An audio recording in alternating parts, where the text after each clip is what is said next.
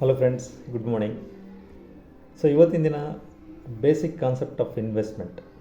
So basic concept of investment, ಅದರಲ್ಲಿ ಯಾವುದೆಲ್ಲ investment ಮಾಡಲಿಕ್ಕೆ ಅವಕಾಶಗಳಿದೆ, ಸೊ ಎಲ್ಲೆಲ್ಲಿ ಇನ್ವೆಸ್ಟ್ಮೆಂಟ್ ಮಾಡಿದರೆ ಎಷ್ಟೆಷ್ಟು ಪರ್ಸಂಟೇಜ್ ನಮಗೆ ಇಂಟ್ರೆಸ್ಟ್ ಸಿಗುತ್ತೆ ಅನ್ನೋದ್ರ ಬಗ್ಗೆ ಜಸ್ಟ್ ಒಂದು 5 ಮಿನಿಟ್ಸ್ ಅಥವಾ ವಿತಿನ್ 5 ಮಿನಿಟ್ಸಲ್ಲಿ ಆ ವಿಡಿಯೋಗಳನ್ನ ಮಾಡಿ ನಿಮಗೆ ಹೇಳ್ತಾ ಇದ್ದೀನಿ.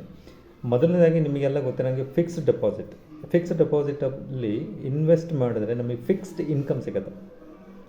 ಇತ್ತೀಚಿನ ದಿನಗಳಲ್ಲಿ ನೀವು ನೋಡಿರ್ಬೋದು, ನ್ಯಾಷನಲೈಸ್ ಬ್ಯಾಂಕಲ್ಲೆಲ್ಲ 6% ಅಂದರೆ 5.5-6% ಸ್ಟಾರ್ಟಾಗಿ ನಮಗೆ ಮ್ಯಾಕ್ಸಿಮಮ್ ಅಂದರೆ 7% ಸಿಗುತ್ತೆ. ಅದು ನಿಮಗೆ 281 ಡೇಸ್ಗೆ ಅಥವಾ 361 ಡೇಸ್ಗೆ ನೀವು ಬಿಟ್ಟರೆ 7% ಅಥವಾ 7.5% ಸಿಗುತ್ತೆ. ಅಥವಾ ನಾವೇನಾದರೂ ಸೀನಿಯರ್ ಸಿಟಿಸನ್ ಆಗಿದ್ದರೆ will get a more than 7.5% interest ಸಿಗುತ್ತೆ. ಸೊ ಇದು ಮೊದಲನೇ ಬೇಸಿಕ್ ಕಾನ್ಸೆಪ್ಟ್ ಇನ್ವೆಸ್ಟ್ಮೆಂಟಲ್ಲಿ. Fixed deposit, fixed rate of interest ಸಿಗುತ್ತೆ ನಮಗೆ. ನಾವು ಒಂದು ವೇಳೆ 1 ಲಕ್ಷ ಇಟ್ಟರೆ ನಮಗೆ ಸಮ್ ಪೋರ್ಷನ್ 1 ವರ್ಷಕ್ಕೆ ಇಷ್ಟು ಸಿಗುತ್ತೆ ಅನ್ನೋದು ಗ್ಯಾರಂಟಿಡ್. ಫಿಕ್ಸ್ಡ್ ಡೆಪಾಸಿಟ್ ಮಾಡಿದ್ರೆ ಗ್ಯಾರಂಟಿಡ್ ಇನ್ಕಮ್ ಸಿಗುವಂಥದ್ದು. ಅದೇ ಥರ recurring deposit. So recurring deposit ಕೂಡ ಸಿಮಿಲರ್ ದ ಫಿಕ್ಸ್ಡ್ ಡೆಪಾಸಿಟ್ ಇರೋವಾಗೇ. ಬಟ್ ಇದರಲ್ಲಿ ಏನಂತಂದರೆ ಫಿಕ್ಸ್ಡ್ ಡೆಪಾಸಿಟಲ್ಲಿ ಒನ್ ಲಮ್ಸಮ್ ಅಮೌಂಟು ಫಿಕ್ಸ್ಡ್. ಮೊದಲನೇ ಈ ತಿಂಗಳಲ್ಲಿ ನಾವು 1 ಲಕ್ಷ ಇಟ್ಟರೆ ಎಂಡ್ ಆಫ್ ದ ನೆಕ್ಸ್ಟ್ 1 ಇಯರಿಗೆ ನಾವು ವಿತ್ ಇಂಟ್ರೆಸ್ಟ್ ತೊಗೊಳ್ತೀವಿ. ಆದರೆ ರಿಕರಿಂಗ್ ಡೆಪಾಸಿಟಲ್ಲಿ RD, ಅದರಲ್ಲಿ ಏನೋ ಪ್ರತಿ ತಿಂಗಳು ನಾವು 5,000 ಅಂದರೆ 5,000 ಪ್ರತಿ ತಿಂಗಳು 5,000 ಕಟ್ತಾ ಹೋಗ್ತೀವಿ. ಅದಕ್ಕೂ ಕೂಡ ನಿಮಗೆ ಸೇಮ್ 6-8% ಅಷ್ಟು ಇಂಟ್ರೆಸ್ಟ್ ಸಿಗುತ್ತೆ. ಕೆಲವೊಂದು ಕೋಆಪರೇಟಿವ್ ಬ್ಯಾಂಕ್ಗಳಲ್ಲಿ ನಿಮಗೆ 10%ವರೆಗೂ RDಗೆ ನಿಮಗೆ ಸಿಗುತ್ತೆ ರೇಟ್ ಆಫ್ ಇಂಟ್ರೆಸ್ಟ್. ಅದು ಕೂಡ ನಿಮಗೆ 10% ಅಂದರೆ ನಿಮಗೆ 1,000 ರೂಪಾಯಿ ಇಟ್ಟರೆ ನಿಮಗೆ ಅಂದರೆ 10 ರೂಪಾಯಿ ಸಿಗುವಂಥದ್ದು 1,010 ರೂಪಾಯಿ ಸಿಗುತ್ತೆ. ಸೊ ಅದೇ ಥರ ನಿಮಗೆ ಮಲ್ಟಿಪ್ಲಿಕೇಶನ್ ಅಂದರೆ 10% ಏನು ಇಂಟ್ರೆಸ್ಟ್ ಸಿಗುತ್ತೆ ಅದು ಕೂಡ ಸಿಗುತ್ತೆ. ಮತ್ತು ಪೋಸ್ಟ್ ಆಫೀಸಲ್ಲಿ ಸೆಂಟ್ರಲ್ ಗೌರ್ಮೆಂಟ್ ಇದರಲ್ಲಿ ಸುಕನ್ಯಾ ಸಮೃದ್ಧಿ ಯೋಜನಾ SSY ಅಂತೇಳಿ, ಇದು ಫಿಕ್ಸ್ಡ್ ರೇಟ್ ಆಫ್ ಇಂಟ್ರೆಸ್ಟ್ ಅಂದರೆ 8.2% ಇಂಟ್ರೆಸ್ಟ್ ನಮಗೆ ಪೋಸ್ಟ್ ಆಫೀಸಿಂದ ಸಿಗುತ್ತೆ. ಇದು ಕೂಡ ಫಿಕ್ಸ್ಡ್ ಇರುತ್ತೆ ಸಮ್ ಪೀರಿಯಡ್. ಅಂದರೆ ನಿಮಗೆ ಮನೆಯಲ್ಲಿ ಹೆಣ್ಣುಮಗಳು ಇದ್ದಾರೆ ಅಂತಂದರೆ ಆ ಹೆಣ್ಣುಮಗಳಿಗೆ ಬೈ ಬರ್ತ್ ಅಥವಾ 1ನೇ ವರ್ಷದಿಂದ ಸ್ಟಾರ್ಟ್ ಆಗುತ್ತೆ. 1 ವರ್ಷದಿಂದ 18 ವರ್ಷದವರೆಗೆ ನೀವು ಹಣನ ಪ್ರತಿ ವರ್ಷ ಕಟ್ತಾ ಹೋದಾಗ ನಿಮಗೆ 8.2% ಅಷ್ಟು ನಿಮಗೆ ಇಂಟ್ರೆಸ್ಟ್ ಸಿಗುತ್ತೆ. ಮತ್ತು NPS ನ್ಯಾಷನಲ್ ಪೆನ್ಷನ್ ಸ್ಕೀಮ್, ಇದು ಕೂಡ government security like pension scheme. ಇದು ಕೂಡ ನಮಗೆ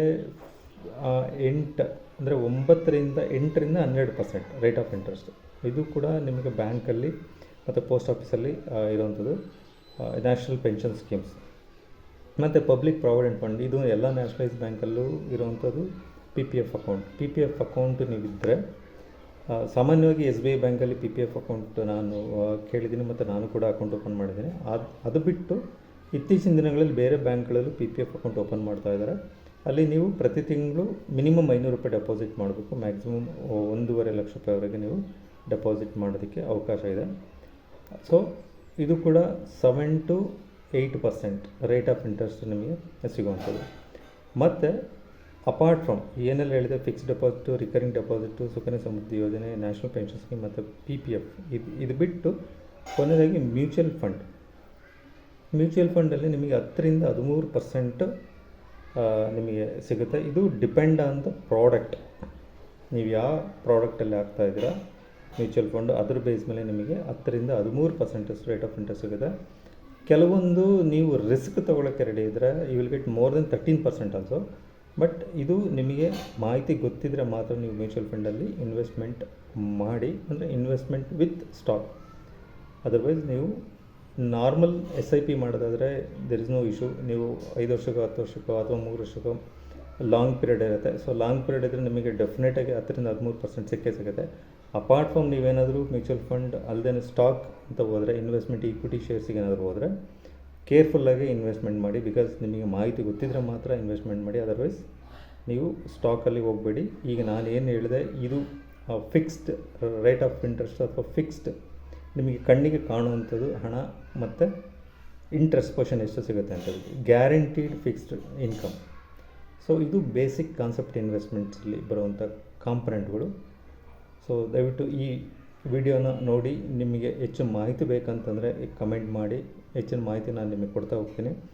ಜೊತೆಗೆ ನೀವು ಇನ್ವೆಸ್ಟ್ ಮಾಡೋಕ್ಕೂ ಮುಂಚೆ ಒಂದಲ್ಲ ಎರಡು ಬಾರಿ ನೀವು ಬ್ಯಾಂಕ್ಗಳಲ್ಲಿ ಚೆಕ್ ಮಾಡಿ rate of interest, current rate of interest ಏನಿದೆ, ಏನಾದರೂ ರೇಟ್ ಆಫ್ ಇಂಟ್ರೆಸ್ಟ್ ಜಾಸ್ತಿ ಆಗಿದೆಯಾ, ಕಡಿಮೆ ಆಗಿದೆಯಾ, ಅಥವಾ ಎಷ್ಟಿಟ್ಟರೆ ಎಷ್ಟು ದಿವಸಕ್ಕಿಟ್ಟರೆ ನಮಗೆ ಎಷ್ಟು ಹಣ ಸಿಗುತ್ತೆ ಅನ್ನೋದನ್ನು ಚೆಕ್ ಮಾಡಿಕೊಂಡು ನೀವು ಡೆಪಾಸಿಟ್ ಮಾಡಿ. Thank you very much. ಈ ವಿಡಿಯೋ ನಿಮಗೆ ಇಷ್ಟ ಆದಲ್ಲಿ ನೀವು ಲೈಕ್ ಮಾಡಿ, ಶೇರ್ ಮಾಡಿ ಮತ್ತು ಕಮೆಂಟ್ ಮಾಡಿ. Thank you.